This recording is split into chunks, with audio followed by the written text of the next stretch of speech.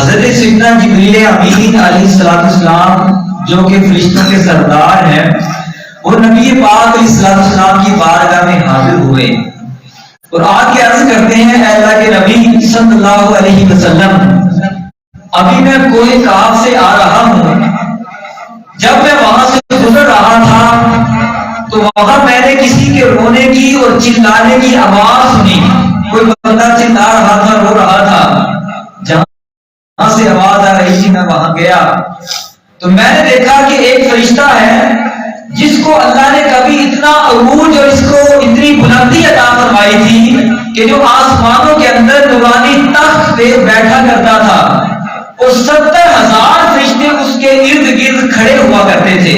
یہ شان اور یہ مقام تھا اس فرشتے کا، اور وہ جب سانس لیتا اللہ تعالیٰ اس کی ہر سانس کے بدلے ایک اور فرشتہ پیدا فرماتا۔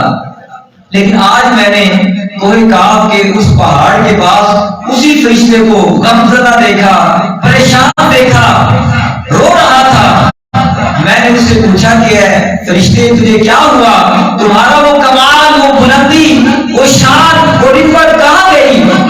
اس نے کہا کہ ایک بار جب 27 رجب کو معراج والے آقا صلی اللہ علیہ وسلم آپ کا گزر جب آسمانوں میں سے ہوا، جب نبی پاک علیہ السلام میرے پاس سے گزرتے ہیں تو میں نے آپ کی عزت اور تعظیم کی کوئی پرواہ نہ کی، میں اسی طرح بیٹھا رہا۔ اللہ تعالیٰ کو میری عطا پسند نہ آئی، اللہ تبارک و تعالیٰ نے میرے بال پر سب کچھ ختم کر دیا اور اللہ تعالیٰ نے مجھے اس کوہ کاف کی پہاڑیوں کے اندر پھینک دیا۔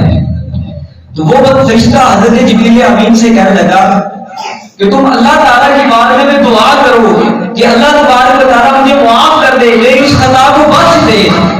حضرت جبریل امین عرض کرنے لگے، اللہ کے نبی میں نے اللہ کی بارگاہ میں دعا کی کہ اللہ تو اس بندے اس فرشتے کو معاف کر دے اور اس کا کھویا ہوا مقام اسے واپس لوٹا دے۔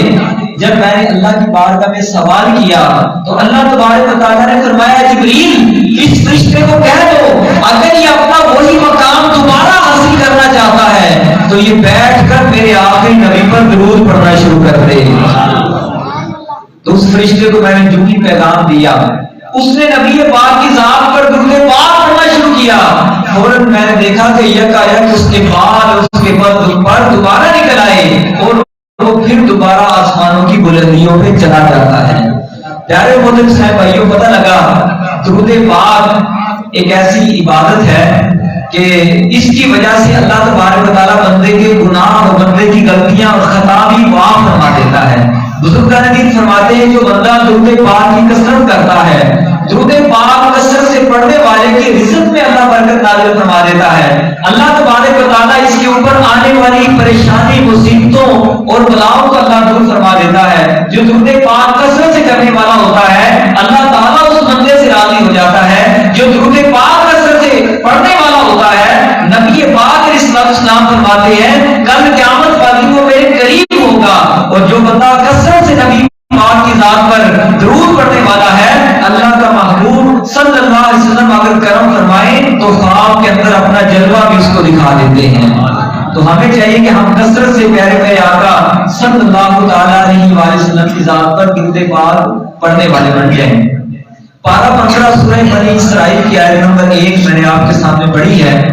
سبحان الذي اسرى بعبده ليلا من المسجد الحرام الى المسجد الاقصى الذي باركنا حوله لنريه من آياتنا انه هو السميع البصير۔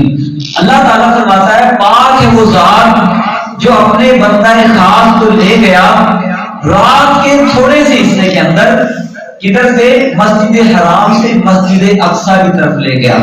نبی پاک علیہ السلام کو جو معراج عطا کی گئی آج کی رات، معراج کی تین وجوہات ہیں۔ اللہ تبارک و تعالیٰ نے اپنے محبوب صلی اللہ علیہ وسلم کو جو معراج عطا فرمائی، ایک تو معراج ہے مسجد حرام سے مسجد اقصی تک، یہ زمین والی معراج کہلاتی ہے اور اس کو اسراء بھی کہا جاتا ہے۔ مسجد حرام سے مسجد اقصی تک کو اسراء کہا جاتا ہے۔ پھر مسجد اقصی سے لے کر جو آقا کریم نے 7 آسمانوں اور سدرۃ المنتہا تک جو معراج کی، اس کو کہتے ہیں معراج النبی صلی اللہ علیہ وسلم۔ پھر سدرۃ المنتہا سے لے کر لامکان تک اور پھر اللہ تبارک و تعالیٰ کا دیدار کیا، اس کو عروج محمدی کہا جاتا ہے۔ یعنی اسراء، معراج النبی اور عروج محمدی، یہ تین قسم کی معراج اللہ تعالیٰ نے اس رات کو اپنے محبوب علیہ السلام کو عطا فرمائی۔ اور معراج کا معجزہ ایک ایسا معجزہ ہے، اولین و آخرین میں صرف ایک ہی ہستی ہے جس کو اللہ نے یہ معجزہ معراج عطا فرمایا۔ یوں تو معجزہ معراج ہر نبی کو معراج کروائی گئی، لیکن ہر نبی کی معراج مختلف تھی۔ جیسے حضرت موسیٰ علیہ السلام کی معراج یہ تھی کہ کوہ طور پہ ان کو بلا کے اللہ تعالیٰ بغیر کسی واسطے کے ڈائریکٹ ان کے ساتھ ہم کلام ہوتا تھا۔ حضرت ابراہیم علیہ السلام کی معراج یہ تھی وَكَذَلِكَ نُرِي إِبْرَاهِيمَ، ہم نے ابراہیم کو دکھا دیا مَلَكُوتُ السَّمَاوَاتِ وَالْأَرْضِ، زمین و آسمان کی بادشاہی اور سب کچھ ابراہیم علیہ السلام کو ہم نے دکھا دیا۔ یہ حضرت ابراہیم علیہ السلام کی معراج۔ اور نبی پاک علیہ السلام کی معراج کیا ہے؟ نبی پاک کی معراج سر کی آنکھوں سے اپنے رب کا دیدار کرنا ہے۔ بعض لوگ یہاں یہ کہتے ہیں کہ نبی پاک کی معراج مسجد حرام سے مسجد اقصی تک ہے، اس کے علاوہ کچھ بھی نہیں۔ حالانکہ مسجد حرام سے مسجد اقصی تک جانا یہ نبی پاک کی معراج نہیں، یہ تو مسجد اقصی کی معراج ہے۔ یہ تو مسجد اقصی کی معراج اس طرح ہے کہ نبی پاک علیہ السلام کے برکت والے قدم مبارک جو ہیں وہ مسجد اقصی کے اندر لگے تو اللہ نے مسجد اقصی کو معراج عطا فرمائی۔ نبی پاک کی معراج مسجد اقصی پہ جانا رہی ہے، نبی پاک کی معراج سر کی آنکھوں سے اپنے رب کا دیدار کرنا ہے۔ تو جس وقت نبی پاک علیہ السلام ام ہانی رضی اللہ تعالی عنہا ان کے گھر میں آرام فرما رہے تھے، اپنی بہن کے گھر، نبوت کا 10واں سال تھا، کفار کی طرف سے پریشانیوں کا عالم بھی تھا۔ آپ کے چاہو تعلم حضرت خدیجہ کبریٰ رضی اللہ تعالی عنہ وغیرہ ان کا غم بھی نبی پاک علیہ السلام کو تھا، اور کفار کی طرف سے پہنچنے والی مصیبتیں اور پریشانیاں ان کی وجہ سے نبی پاک غم زدہ تھے۔ اپنی چچا زاد بہن ام ہانی کے گھر میں آرام فرما رہے تھے، جبریل امین علیہ السلام نورانی فرشتوں کی بارات لے کر نبی پاک کی بارگاہ کے اندر حاضر ہوتے ہیں اور آپ کے معراج کی خوشخبری سناتے ہیں کہ اے اللہ کے نبی آپ کو مبارک ہو، اللہ تبارک و تعالیٰ نے آپ کو معراج کے لیے بلایا ہے۔ اب نبی پاک علیہ السلام براق نامی سواری جو کہ جنت سے لائی گئی تھی، اس کی رفتار اتنی زیادہ تھی کہ جس جگہ اس کی نظر کی حد تھی وہاں وہ پہلا قدم رکھتی تھی تو کتنی تیز رفتاری کے ساتھ وہ براق جا رہی تھی۔ اور اس سے بھی آپ اندازہ لگائیں کہ رات کے تھوڑے سے حصے کے اندر مسجد حرام سے مسجد اقصی تک نبی پاک چلے گئے، اور پھر ساتوں آسمان، عرش و کرسی، جنت اور دوزخ کو بھی ملاحظہ فرمایا، اللہ تعالیٰ سے ہم کلام بھی ہوئے، اللہ کا دیدار بھی کیا۔ یہ سب کا سب رات کے تھوڑے سے حصے کے اندر ہو گیا۔ اس رات اس براق کی سواری کی رفتار بہت ہی زیادہ تھی۔ اب نبی پاک علیہ السلام کے مسجد حرام سے چلتے ہیں تو مسجد اقصی کے اندر تمام انبیاء نبی پاک علیہ السلام کا انتظار کر رہے تھے، سب بنائی ہوئی تھی۔ اس سے پہلے نبی پاک علیہ السلام ایک سرخ ریت کے ٹیلے کے پاس سے گزرے۔ مسلم شریف کی حدیث پاک ہے، آقا کریم علیہ السلام فرماتے ہیں رأیت موسیٰ یصلی فی قبری، میں نے دیکھا کہ موسیٰ علیہ السلام اپنی قبر میں کھڑے ہو کر نماز پڑھ رہے ہیں۔ اب سواری کی رفتار کتنی تیز تھی، اور نبی پاک علیہ السلام اس تیز رفتار سواری پہ بیٹھے ہوئے جا رہے ہیں، اور آپ صلی اللہ علیہ وسلم نے موسیٰ علیہ السلام کو اپنی قبر کے اندر نماز پڑھتے ہوئے بھی دیکھ لیا۔ آپ جب مسجد اقصی کے اندر پہنچے تو موسیٰ علیہ السلام مسجد اقصی کے اندر بھی موجود نبی پاک کا انتظار کر رہے ہیں، اور آقا کریم صلی اللہ علیہ وسلم نے وہاں تمام انبیاء کی امامت کروائی، آپ نے نماز پڑھائی۔ اور اس میں ایک بات یہ بھی یاد رکھیں کہ موسیٰ علیہ السلام جو قبر کے اندر نماز پڑھ رہے ہیں، جو کہ کم و بیش 8000 سال پہلے نبی پاک علیہ السلام سے یہ دنیا سے پردہ کر چکے تھے۔ 8000 سال کا درمیان کے اندر فاصلہ ہے، لیکن کیا ہے، آپ نے فرمایا کہ میں نے دیکھا موسیٰ علیہ السلام اپنی قبر میں کھڑے ہو کر نماز پڑھ رہے ہیں۔ تو اس سے علماء فرماتے ہیں اس سے ایک بات تو یہ ثابت ہوئی کہ اللہ کے جو انبیاء ہیں وہ زندہ ہیں، اللہ کے نبی جو ہیں وہ مردہ نہیں ہوتے، ان کو ایک آن کے لیے اللہ کا وعدہ سچا ہونے کے لیے ایک آن کے لیے ان کے اوپر موت آتی ضرور ہے، لیکن اس کے فوراً بعد اللہ تعالیٰ انبیاء کی روحوں کو انہیں میں واپس لوٹا دیا کرتا ہے۔ ابن ماجہ اور دیگر کتب حدیث میں حدیث بات موجود ہے، نبی پاک علیہ السلام نے ارشاد فرمایا کہ جو بندہ مجھ پر درود پاک پڑھتا ہے، فرمایا کہ میں اس کے درود پاک اس کے سلام کا جواب دیتا ہوں۔ کسی نے عرض کیا رسول اللہ بعد الوفات، جب آپ کا انتقال ہو جائے گا تو کیا اس وقت بھی آپ سلام کا درود پاک کا جواب دیں گے؟ نبی پاک نے فرمایا کہ ہاں، میں اپنے وصال یعنی اپنی وفات کے بعد بھی اپنے امتی کے سلام کا درود کا جواب دوں گا، درود پاک کو سنتا ہوں۔ اس لیے فرمایا ان اللہ حرم علی الارض ان تاکل اجساد الانبیاء، فرمایا بے شک اللہ نے زمین کے اوپر حرام کر دیا کہ وہ نبیوں کے جسموں کو کھائے، فنبی اللہ حی یرزق، بے شک اللہ کے نبی زندہ بھی ہیں اور رزق بھی کھاتے ہیں۔ تو اللہ کے سارے نبی زندہ ہیں، اس لیے ہم نے یہ عقیدہ بنایا تو زندہ ہے بندہ، تو زندہ ہے بندہ، میرے چشم عالم سے چھپ جانے والے۔ اور اس وقت 63 ہجری کے اندر یہ نبی پاک کی حیات کے بارے میں 63 ہجری میں جب یزید نے مدینہ پاک پر حملہ کیا تو نبی پاک علیہ السلام کی مسجد نبوی کے اندر کئی دن تک اذان اور نماز کے اوپر اس نے پابندی لگا دی۔ کم و بیش 10,000 لوگوں کو اس نے مدینے کے اندر شہید کیا۔ اب نبی پاک علیہ السلام کی مسجد کے اندر 3 دن اور 3 رات تک نماز اور اذان کی اجازت نہ دی گئی۔ مشہور تابعی بزرگ حضرت سعید بن مسیب رضی اللہ تعالیٰ فرماتے ہیں کہ جن دنوں کے اندر مدینے کے اندر اذان اور نماز کے اوپر پابندی تھی، فرماتے ہیں کہ میں نبی پاک علیہ السلام کی قبر مبارک کے پاس آ جاتا، جب بھی اذان کا اور نماز کا وقت ہوتا مسجد کے اندر اذان کی آواز نہیں آتی تھی، لیکن میں نبی پاک کی قبر سے اذان کی آواز بھی سنا کرتا تھا اور اقامت کی آواز بھی سنا کرتا تھا۔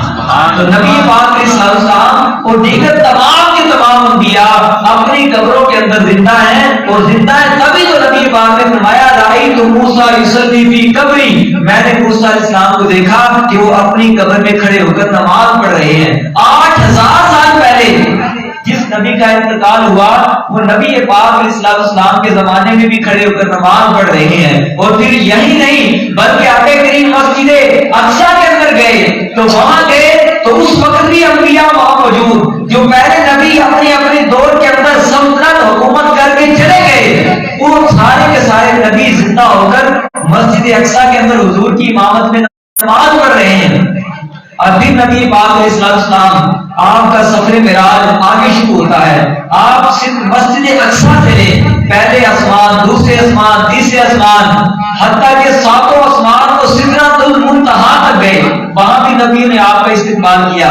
پہلے آسمان پہ حضرت آدم علیہ السلام، دوسرے پہ حضرت سیدنا یحییٰ علیہ السلام، ادریس علیہ السلام، اسی طرح حضرت یوسف علیہ السلام، حضرت موسیٰ، اور 7ویں آسمان پہ حضرت سیدنا ابراہیم خلیل اللہ علیہ السلام نے نبی پاک علیہ السلام کا استقبال کیا۔ اب آقا کریم علیہ السلام سدرۃ المنتہا سے آگے جانے لگے، جبریل امین جو کہ سارے سفر معراج کا ساتھی ہے عرض کرنے کا حضور اب میری انتہا یہی ہے، اب اگر میں یہاں سے آگے جاتا ہوں تو میرے پر جل جائیں گے، میں آگے جانے کی طاقت نہیں رکھتا۔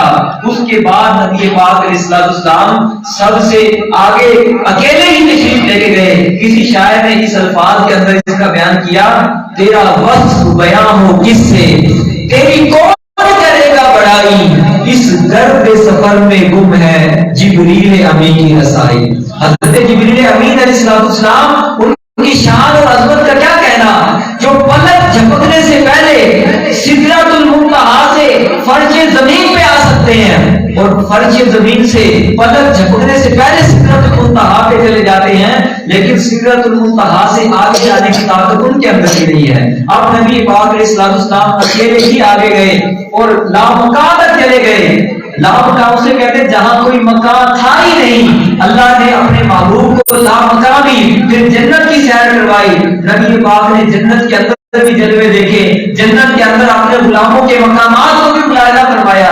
حضور صلی اللہ علیہ وسلم نے فرمایا میں نے عرش الہی کے نور میں ڈوبا ہوا ایک بندہ دیکھا کہ جو اللہ تعالیٰ کے عرش میں ڈوبا ہوا تھا۔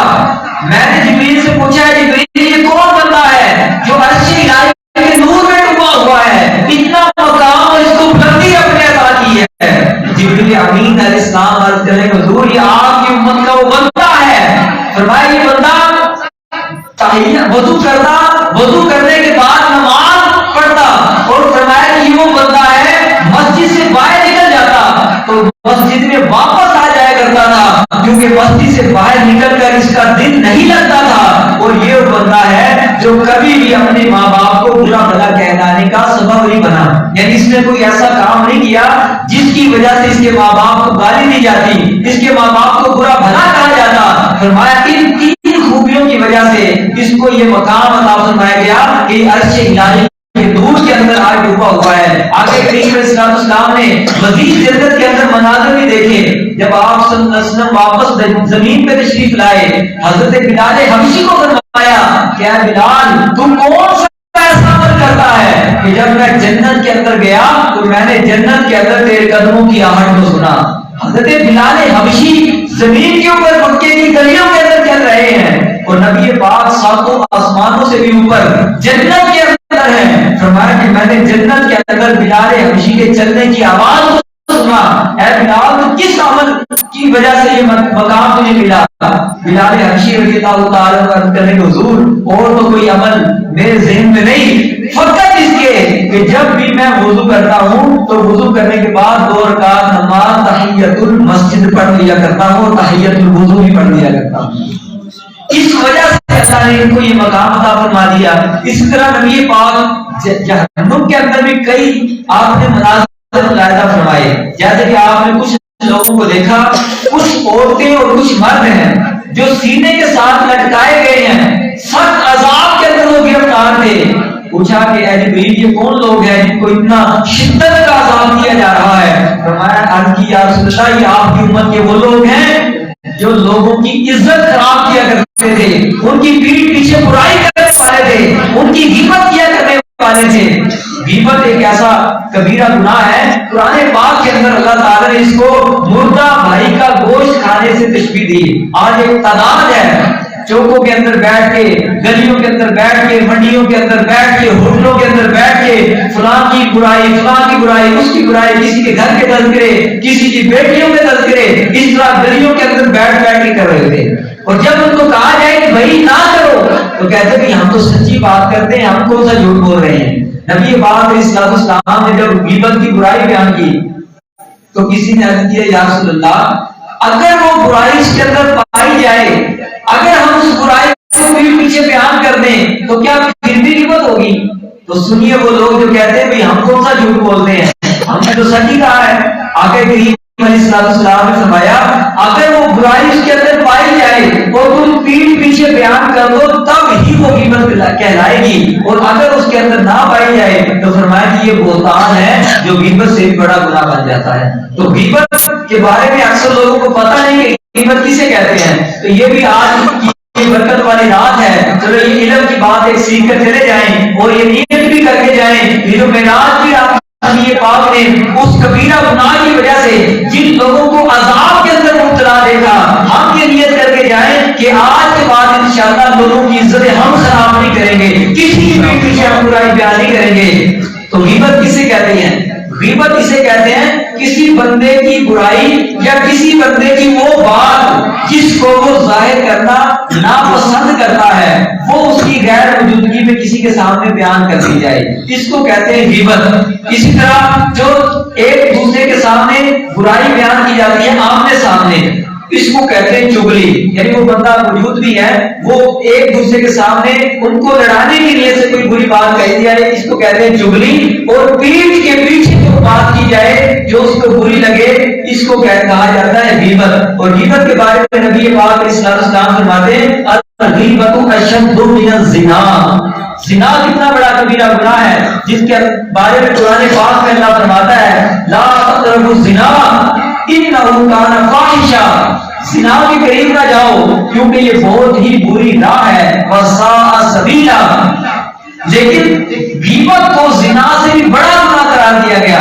تو نبی پاک فرماتے ہیں میں نے دیکھا کہ کچھ مرد عورت چھاتیوں کے ساتھ آگ میں لٹکائے گئے تھے، کہا کہ یہ وہ لوگ ہیں جو کسی کی عزت خراب کیا کرتے تھے، غیبتیں اور برائیاں بیان کیا کرتے تھے۔ مزید آپ نے مناظر دیکھے، فرمایا میں نے کچھ لوگوں کو دیکھا جن کے پیٹ بڑے بڑے گھروں کی طرح ہے، ان کے پیٹ گھروں کی طرح ہے، باہر سے اندر کا نظر آ رہا تھا۔ بات کرواتے میں نے دیکھا وہ بڑے بڑے ان کے جو پیٹ ہے کمروں کی طرح ہیں، میں نے دیکھا کہ ان کے پیٹوں کے اندر سانپ اور بچھو بھرے ہوئے تھے۔ میں نے پوچھا اے جبریل یہ کون لوگ ہیں جن کو اتنا شدت کا عذاب دیا گیا؟ جبریل امین عرض کرنے لگے اللہ کے نبی یہ وہ لوگ ہیں جو سود کھایا کرتے تھے، سود کھانے کی وجہ سے ان کو یہ بدترین عذاب دیا گیا کہ آج سانپ اور بچھو کو کھا رہے ہیں۔ تو ہم ایسے گناہوں سے اللہ تبارک و تعالیٰ کی پناہ مانگتے ہیں۔ تو معراج کے اتنے سارے راز ہیں، نبی پاک علیہ السلام کو اللہ تعالیٰ نے یہ سارے کے سارے راز دکھائے، اور پھر اللہ نے بغیر کسی پردے کے براہ راست سر کی آنکھوں سے اپنے رب نے اپنے محبوب کو اپنا جلوہ نصیب فرمایا۔ یہاں ایک بات یاد رکھیں، موسیٰ علیہ السلام نے کئی بار اللہ کی بارگاہ میں یہ تمنا کی تھی ربی آرینی، اے اللہ تو مجھے اپنا جلوہ دکھا دے۔ اللہ نے ہر دفعہ یہ جواب دیا لن ترانی، اے موسیٰ تو نہیں دیکھ سکے گا، کیونکہ آج دیکھو سورج ہے، سورج کا جلوہ ہے، سورج کی جو روشنی ہے اس کی چمک ہے، اگر ہم ڈائریکٹ دن میں 12-1 بجے سورج کی طرف دیکھیں ہماری آنکھیں چلی آ جاتی ہیں، اور اللہ تعالیٰ کا نور جو ہے اس کو تو سورج سے تشبیہ نہیں دی جا سکتی۔ اللہ تبارک و تعالیٰ نے موسیٰ علیہ السلام کو فرمایا کہ تو میرا جلوہ نہیں دیکھ سکتا۔ پھر موسیٰ علیہ السلام نے عرض کی کہ اللہ چلو تو اپنا کوئی جلوہ ہی دکھا دے۔ تو اللہ تبارک و تعالیٰ نے فرمایا کہ تو اس پہاڑ کی طرف دیکھ۔ پہاڑ کی طرف موسیٰ علیہ السلام نے دیکھا، اللہ تعالیٰ نے اپنے نور کی سوئی کی نوک سے بھی برابر کم ایک کرن اس پہاڑ کے اوپر ڈالی۔ علماء فرماتے ہیں جب اللہ نے اپنی ایک نور کی باریک سی کرن اس پہاڑ کے اوپر ڈالی، پہاڑ جل کے راکھ ہو گیا۔ اللہ کے نبی موسیٰ علیہ السلام بے ہوش ہو کر زمین پر تشریف لے آئے۔ وَخَرَّ مُوسَىٰ صَعِقًا، موسیٰ علیہ السلام بے ہوش ہو کر زمین پر تشریف لے آئے۔ ایک نور کی کرن دیکھی، وہ بھی ڈائریکٹ نہیں دیکھی، انڈائریکٹ دیکھی، پہاڑ کے اوپر پڑتی ہوئی دیکھی۔ لیکن ادھر کیا ہے، موسیٰ علیہ السلام ایک کرن انڈائریکٹ بھی برداشت نہ کر سکے، اور اللہ نے اپنے محبوب کو وہ آنکھیں عطا فرمائی ہے کہ ایک نور کی کرن نہیں بلکہ بغیر کسی پردے کے ڈائریکٹ اپنے رب کا جلوہ دیکھا۔ شیخ عبدالحق محدث دہلوی یہاں بڑی پیاری بات ہے، توجہ سے سنیے گا۔ آپ فرماتے ہیں کہ موسیٰ علیہ السلام نے جب اللہ کے نور کی کرن وہ پہاڑ کے اوپر پڑی ہوئی دیکھی، ڈائریکٹ نہیں دیکھا، پہاڑ پہ گری ہوئی وہ کرن دیکھی، تو اللہ نے موسیٰ علیہ السلام کی آنکھوں کو یہ طاقت عطا فرما دی تھی کہ رات کے اندھیرے میں 30 میل کے فاصلے سے اللہ کے نبی موسیٰ علیہ السلام چلتی ہوئی کیڑی کو بھی دیکھ لیا کرتے تھے۔ یہ کون تو کمال ملا، اللہ کا جو نور کی کرن تھی پہاڑ کے اوپر دیکھ پڑی، اور موسیٰ علیہ السلام کی آنکھوں میں اس کی چمک پڑی، تو اللہ نے اتنی طاقت عطا فرمائی۔ 30 میل کا فاصلہ کتنا زیادہ ہوتا ہے، رات کے اندھیرے میں 30 میل کے فاصلے سے موسیٰ علیہ السلام چلتی ہوئی کیڑی کو دیکھ لیا کرتے تھے۔ تو آپ اندازہ لگائیں کہ جو بندہ، جو اللہ کا نبی اللہ کے نور کی ایک کرن دیکھے، اس کی آنکھوں میں اتنی طاقت اور پاور آ جاتی ہے کہ وہ 30 میل کے فاصلے سے چلتی ہوئی کیڑی کو بھی دیکھ لیتا ہے۔ تو جس اللہ کے محبوب نے سر کی آنکھوں سے رب کا جلوہ دیکھا، اللہ نے اس کی آنکھوں کو کتنی طاقت عطا فرمائی ہوگی۔ اور نبی پاک علیہ السلام کی آنکھوں کی کیا کہنے، بخاری شریف کے اندر حدیث پاک ہے، مصلی امامت پہ کھڑے ہیں، 3 بار ہاتھ آگے کیا، پھر پیچھے کیا، پھر ہاتھ آگے کیا، پھر پیچھے کیا۔ صحابہ نے عرض کیا کہ اے اللہ کے نبی آج ہی آپ نے عین دوران نماز عجیب معاملہ کیا ہے، ہمیں سمجھ نہیں آئی۔ نبی پاک علیہ السلام نے فرمایا تم مجھے کھڑے ہوئے تو مصلی کے اوپر زمین کے اوپر دیکھتے تھے، لیکن میرا ہاتھ جنت کے اندر پہنچ چکا تھا۔ فرمایا میں نے چاہا کہ میں تمہارے لیے کوئی پھل جنت کا توڑ لاؤں، لیکن پھر میں نے نہیں توڑا، اگر میں وہ توڑ لیتا تو تم زندگی بھر کھاتے رہتے، وہ پھل کبھی بھی ختم نہ ہوتا۔ نبی پاک زمین کے اوپر چلتے